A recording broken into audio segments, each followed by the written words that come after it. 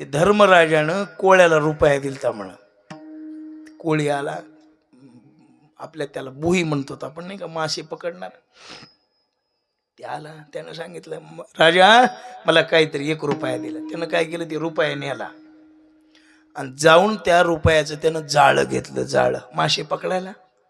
आणि त्या जाळ्यानं किती मासे पकडले देव जाणो, पण त्याच्यातलं 4 आणे पाप धर्मराजाच्या खात्यावर गोळा झालं. आणि धर्मराजाचा इतका हात नरकात गेला, इतका हात नरकामध्ये गेल्यावर तर धर्माला वाईट वाटलं, माझा हात एवढा नरकात गेला कसा, नरकात गेला कसा. आला धर्मराज, विचारलं देवाला, युधिष्ठिर सांगा म्हटले यम धर्माला, माझा हात नरकात. त्यानं सांगितलं हात गेलाय म्हणजे फुकट जात नाही. काय झालंय मग सांगितलं, महाराज असा असा तुम्ही 1 रुपया दिला होता, पण बाबा दान धर्म करा, पण कुठं हत्या करणाराला, लबाड बोलणाराला, आचार भ्रष्टाला, जगाला फसविणाराला करू नका. जिथं योग्य आहे, गरज आहे, पुढचा माणूस चांगला आहे, निष्काम आहे, त्यालाच दान धर्म करा. विठ्ठला विठ्ठला. महात्मे आहेत, काय समाजामध्ये कार्य करतात महाराज. काय आता आमचे संजय महाराज 5 पोर भाव आहेत, काय कार्य या महात्म्याचं.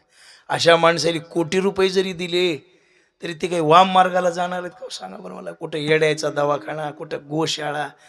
महाराज ही माणसं नाहीत गडे, हे देवच माणसं आहेत. आमचे श्रीगुरु बंडा तात्या 1 रुपयाचं देणं घेणं नाही. आता तात्याच्या काळामध्ये पाहिलं त्यांनी किती निष्काम परमार्थ केला. अजूनही तशी निष्काम प्रवृत्ती आहे या लोकांची. स्वतःसाठी काही वापरलं नाही, जे काही आलं ते लोकांसाठी, समाजासाठी. आता चालू घडीला संजय बाबाचं कार्य सगळ्यात भारी, उजवं कार्य आहे बरं का. सगळ्यात काही होऊ द्या, आपल्या हाताला किती मिळू द्या, अशा महात्म्यांना कोटी रुपये द्या हो, पाप लागणारच नाही आणि पुण्य लागल्याशिवाय राहणार नाही. का 1 रुपया सुद्धा स्वतःसाठी नाही, सगळं जगाच्या कल्याणासाठीच. गोशाळा आणि काही संबंध नाही. जिथं देणं घेणं नाही. आता पुढारी लोक दान धर्म करतात, पण ते आपल्या आपल्या ह्याच्यातच करतात. त्या काय म्हणतात त्याला, मतदारसंघामध्ये करतात त्या. आणि ते काय करतात, करताना स्वार्थ ठेवून करतात. ते स्वार्थ ठेवून त्यांचा पुढे स्वार्थ असतो. मी उभा टाकल्यावर कामाला चांगलं आहे, ती तरी करतात चांगलं आहे. आई आपल्या मुलाला खाऊ घालते, याला काही पुण्य म्हणतात का? याला पुण्य नाही, हा व्यवहार झाला. जिथं तुमची ओळख नाही, संबंध नाही, देणं नाही, घेणं नाही, निस्वार्थपणाने केला दान तुम्हाला उंचीवर घेऊन जातं. विठ्ठला तो एक पावेल आणि उत्तम भोगील जीवखाणी, उत्तम गती प्राप्त होईल, तुम्हाला उत्तम जीवखाणी भोगायला मिळेल. सज्जनो लक्षात ठेवा. अशा प्रकारची अवस्था सांगितली. पुढे मग थोडं थोडं वागण्यातला भाव सांगितला. भूतदया गायी, भूतदया करा, पशुहत्या करू नका, मारू नका, जनावर देवाधर्माच्या नावानं बळी करू नका. भगवान बाबांना तेच सांगितलं, मोतीराम महाराजांना तेच सांगितलं, वांगीच्या नारायण बाबा, सगळ्या संतांचा एवढाच उपदेश आहे. घडल तेवढं समाजाला सन्मार्ग. महाराज देवाधर्माच्या आहे, तुमच्या भागात लई चलत आहे ते बोकडं बिकडं कापायचं. इकडं अंगात येणाराची संख्या लई बकळ आहे. विठ्ठला विठ्ठला विठ्ठला विठ्ठला. आता तुमच्या जवळच भोगलवाडी गाव आहे. भगवान बाबांना प्रथा बंद केली ना ते कापायची. काय सावता महाराजाचं चरित्र वाचा, ज्ञानोबराय तुकोबराय चरित्र वाचा. त्यांनी हेच सांगितलं, बाबा आपल्या खाण्यासाठी कोणत्या जीवाला मारू नका. मग काय करा, उलट त्यांच्यावर दया करा. भूत दया गायी, सगळ्याला प्रेम द्या. पशुचे पालन, गायीसारख्या पशूंचं नाही, गायी आहेत, अजून काही पशु आहेत, त्यांना सांभाळा, म्हशी सांभाळा, काही बैल सांभाळा, त्यांच्यावर प्रेम करा. आणि भूतदया गायी, पशुचे पालन सगळ्यात महत्त्वाचं आहे. तहानेल्या जीवन. आता ह्या वाटावर घरे बांधली त्या लोकांनी. घरं बांधल्यावर घराच्या पुढे एखादा डेरा उन्हाळ्यामध्ये ठेवावा, एखादा हौद बांधावा ज्यांच्याकडे पाणी. एखाद्या जरी तहानेलेल्या गायीनं त्या हौदाला येऊन पाणी पिलं तर 1 यज्ञ केल्याचं पुण्य मिळतं. महाराज भुकेलेलं जीव घालणं आणि तहानेल्याला पाणी पाजणं याच्या एवढं पुण्य जगात कोणतंच नाही. भुकेलियान तानेल्या जीवन पुण्यासी कारण इतुके, पुण्यासी कारण इतुके. भुकेलियान तानेल्या जीवन पुण्यासी कारण इतुले, पुण्यासी कारण इतुले. ताणेल्याला पाणी पाजा, भुकेल्याला अन्न द्या, भुकेल्या ताणेल्या जीवन वणा माझे. अजून काय करा, पर उपकारी नेणे परनिंदा. दुसऱ्यावर उपकार करा. उपकार केलेले काढू नका, विसरून जा. आपलं उलट आहे महाराज. उपकार करायचे आणि ते पुन्हा काढून दाखवायचे महाराज, बोलून दाखवायचे तुला मी उपकार केला, अरे उपकार विसरून जा. आणि सगळ्यात महत्वाचं आहे, कुणाची निंदा करू नका. अरे बाबा आपल्याला माहित आहे करील ते भरील, मग करील ते भरील माहीत असताना आपली वाप तोंडाची घालायच्या कशाला? हे चांगलं आणि ते वाईट आणि कशाला? त्याच्यापेक्षा राम राम म्हणणं, हरिपाठ म्हण, हनुमान चालिसा म्हण, ज्ञानेश्वरी वाच.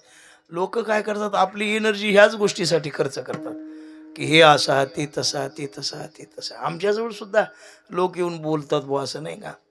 पण सज्जनो लक्षात ठेवा, कोणी चांगला म्हणो वाईट म्हणो, चांगला वागो वाईट वागो, कसाही वागू द्या, ज्याचं पुण्य त्याच्या संग, ज्याचं पाप त्याच्या संग, आपलं भजन करा. नेने परनिंदा. आणि दुसरी गोष्ट महत्वाची, परस्त्रिया सदा बहिणी माया. जगातल्या सगळ्या स्त्रिया माया बहिणी आहेत म्हणून दृष्टी चांगली ठेवा, लक्षात ठेवा बरं का. आपल्यापेक्षा वयानं मोठी आहे ती आपली माय, आपल्या बरोबरीची आहे ती आपली बहीण, आणि आपल्यापेक्षा लहान आहे ती आपली मुलगी मानून राहा. विठ्ठला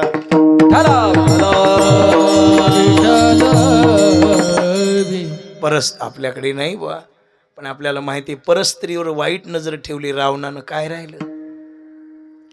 दिव्यात वाद साराय कोणी नव्हतं की माग पिंड पाडाय. वाईट दृष्टी ठेवा का, बाई लक्ष्मी आहे, बाई जगदंबा आहे, बाई सरस्वती आहे, बाई रुक्मिणी आहे, आणि तिच्याकडे जर वाईट दृष्टीनं जर पाहिलं तर आपल्या जीवनात महापाप निर्माण होतं. आणि पुन्हा सगळ्यात महत्वाचं आहे, शांती रूपे नो हे कोणाचा वाईट, शांत राहा. कोणासंग वैर करीत बसू नका. काय करत जगायचं किती दिवस रे बाबा, जरा विचार करा की ह्याच्या संग भांडणं, खाल्ल्या शेतवाल्या संग भांडणं, वरल्या शेतवाल्या संग भांडणं, पलीकडल्या शेतवाल्या संग भांडणं, आणि झटका येऊन शेतात पडलास तर कोणी येईल तुला पाणी पाजायला? या भावासंग जमना, त्या भावासंग जमना, त्या बहिणी संग जमना, त्याच्या संग जमना, इनी संग बोलणं नाही. काय कशासाठी जगता आणि वागता तरी कशासाठी? समजून घ्या, जवळ बसा, काही इकडं तिकडं झालं तर बसून मिटवा, पण कुणाशी आबोला धरू नका, कुणाशी वैर धरू नका. जगायचे किती दिवस तुम्हाला? कोण दिवस येईल कैसा नाही देहाचा भरवसा. कोण दिवस कसा येईल आणि कोणी दिवशी गबाळ आवरून जावं लागेल, आणि मागं काही नाही, 10व्या दिवशी पोळ्या खातीत मागं राहणार. हे वरून बघत आहे महाराज. आणि गोड जेवणाला गाव नुकती खाते, ह्याला पत्रवळीवर मसनवट्यात नेऊन ठेवलेलं कावळे खाऊन जाते. विठाला विठाला. एक लक्षात ठेवा, तेरे जैसे लाखो आए, लाखो इस माटी में समाये, मत कर तू अभिमान रे बंदे, झूठी तेरी शान रे, मत कर तू अभिमान. कशासाठी कशासाठी कशाचा करू नका. मी महाराज आहे, अहंकार नसावा, काही नसावं महाराज, मोकळ्या. अरे बाबा भेटला तर आता कोणी भेटलं, राम राम जय हरी, बरे आहेत का, काय चाललंय, कसे आहेत, विचारलं, 2 गोष्टी बोलल्या, हेच खरं आहे. हे भेटला तोंड वाकडं कर, ती बाई जवळ बसली तोंड हे बाया बायातलंही चालतंय, आपल्यात कमी असते महाराज. हिला मूळ का मूड, तिला काहीतरी म्हण, हिला नीट नको बोल, तिला खोचून बोल, कशासाठी? अरे परमेश्वराची कृपा आहे म्हणून आज एकत्र जमलो, त्याच्या कृपेने एकत्र आलोत, हे महत्वाचं ठेवा. कोणाशी वाईट, आणि सगळ्यात महत्वाचं आहे वाढवी महत्व वडिलाचे, बाप दादाचं नाव जाईल असं वागू नका. कुणीही म्हणावं वा आता संस्थेत लेकरं टाकले, आता हे आमचा ऋतू वाजवायला, धन्य माता पिता तयाशी. कुणाचं लेकरू म्हटले हे अमुक अमुकाचे, वा वा सुंदर मृदंग वाजवला. गाव कोणतं? अमुक गाव आहे, तमुक गाव आहे. गावाचं नाव लौकिक वाढतो. आता आमचे दत्ता महाराज आहेत, कुठं डाकू पिपरी, काय नाव आहे त्या गावाचं? डाकू पिपरी. आता त्याला महात्मी पिपरी नाही का, काय म्हणतात बघा त्यांच्या गावाला. पण हे गावचे आहेत महाराज, गावाचं नाव लौकिक वाढला. आई वडिलाचा किती सुंदर भागवत कथा, कीर्तन, भजन, सात्विकता निर्माण होते. आणि किती वाईट मनुष्य असू द्या, चांगल्या माणसाला वाकूनच नमस्कार करतो महाराज, किती वाईट असला तरी. पण आपल्या बाबा मुताड पिऊन पडलं तर कुणाचं आहे रे? लोक म्हणतात हे का फलाण्या महाराजाचं आहे. महाराज होता पण चांगल्या मनाचा नव्हता, अवलाद बिघडली. आणि एखाद्याचं लेकरू चांगलं निघू द्या, बाप बेवडा असू द्या, लोक म्हणतात बेवडं का असं ना, मोकळ्या मनाचं होतं म्हणून अवलाद नीट निघाली म्हणते. झाडाची पेक्षा फळावरून आहे, फळावरून. आंबा चांगला आहे का वाकळते? खाल्यावर हो. आंबट लागला की झाड बेकार आहे. मालक बी उतरीत नाही, ह्याला उतरून काय करायचे म्हणते त्या आंबट आंब्याला उतरून काय करायचे. दुसऱ्या सालला म्हणते अरे या आंब्याला आंबा गोड नाही, याला ठेवून तरी काय करायचे, बुडा सकट तोडून टाक. आणि एखाद्या आंब्याचा आंबा गोड आहे आणि आंबा वाकडा तिकडा कसला आहे पण गोड आहे, मालक म्हणते ह्याला जपालही गोड आंबा आहे. फळावरून झाडाची परीक्षा आहे आणि अवलादीवरून माणसाची परीक्षा आहे. बाबू अवलाद जर नीट निघाली तर जीवनात स्वर्ग आहे आणि अवलाद जर बिघडली तर जित्यापणी नरक आहे. विठ्ठला विठ्ठला.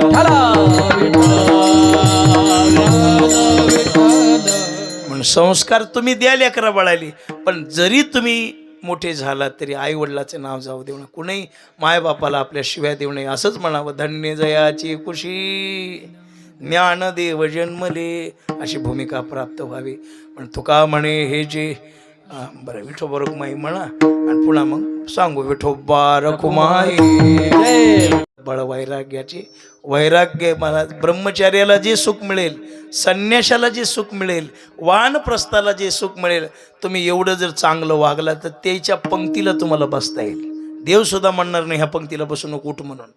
मोठ्याची पंगत मिळेल, जीवनात सुख प्राप्त होईल. म्हणून एकच करा, तुका म्हणे हे जे आश्रमाचे फळ, तुका म्हणे हे जे आश्रमाचे फळ, तुका म्हणे हे आश्रमाचे फळ, तुका म्हणे हे आश्रमाचे फळ, परम पद बळ वैराग्याचे, परम पद बळ वैराग्याचे, उत्तमची गती तो एक पावेल. वा उत्तमची गती तो एक पावेल. परमपद बळ वैराग्याचे, परमपद बळ वैराग्याचे, उत्तमची गती एक पावेल.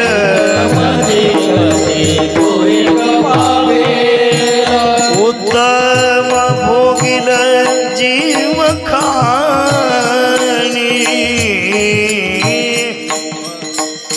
उत्तम उत्तम भोगील भोगील उत्तम भोगील भोगील.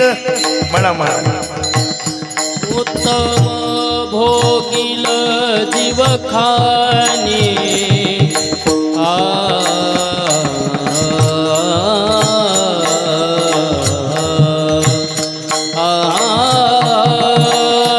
उत्तम भोगिल जीव खानी, जीव खानी, जीव खानी.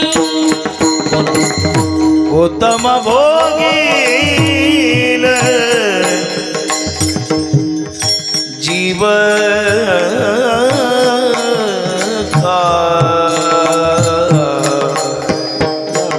आणि उत्तम भोगील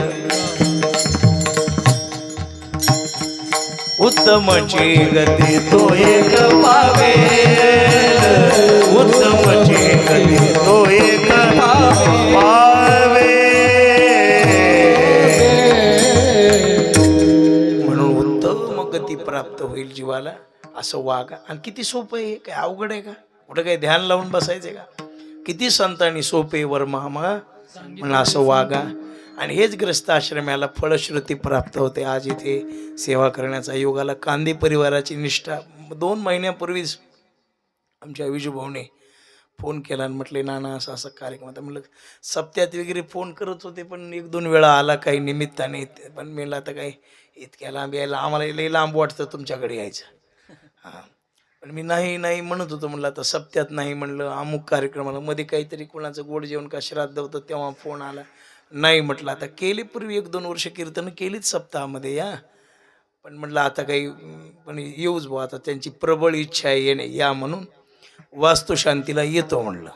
काय असतं, एकल हाती कारभार असते. सप्त्याने 17 कारभारी ना 18 पुढारी. हे जरा असं एकटे कार्यक्रम बरे वाटतात म्हणलं. पण मग इथे येतो म्हणलं बा काही अडचण नाही. नाही या परिवाराचं प्रेम आहे, या पोरांचं, त्यांच्या मेहुण्यांची इच्छा फार की म्हणले. आमचे आबाचा फोन आला, नाना म्हणले आमचं मामा मंडळ आहे जाऊ सोबत. म्हणलं मग तर फार चांगलं झालं. आणि आता रस्ते चांगले झाले. बाळूदेवाकडे येत असतो पौष महिन्यामध्ये, शाकंबरी नवरात्र महोत्सवात त्यांच्याकडे कीर्तन असतं. असं अर्धा पाऊण तास येतो, भावना असते त्यांची.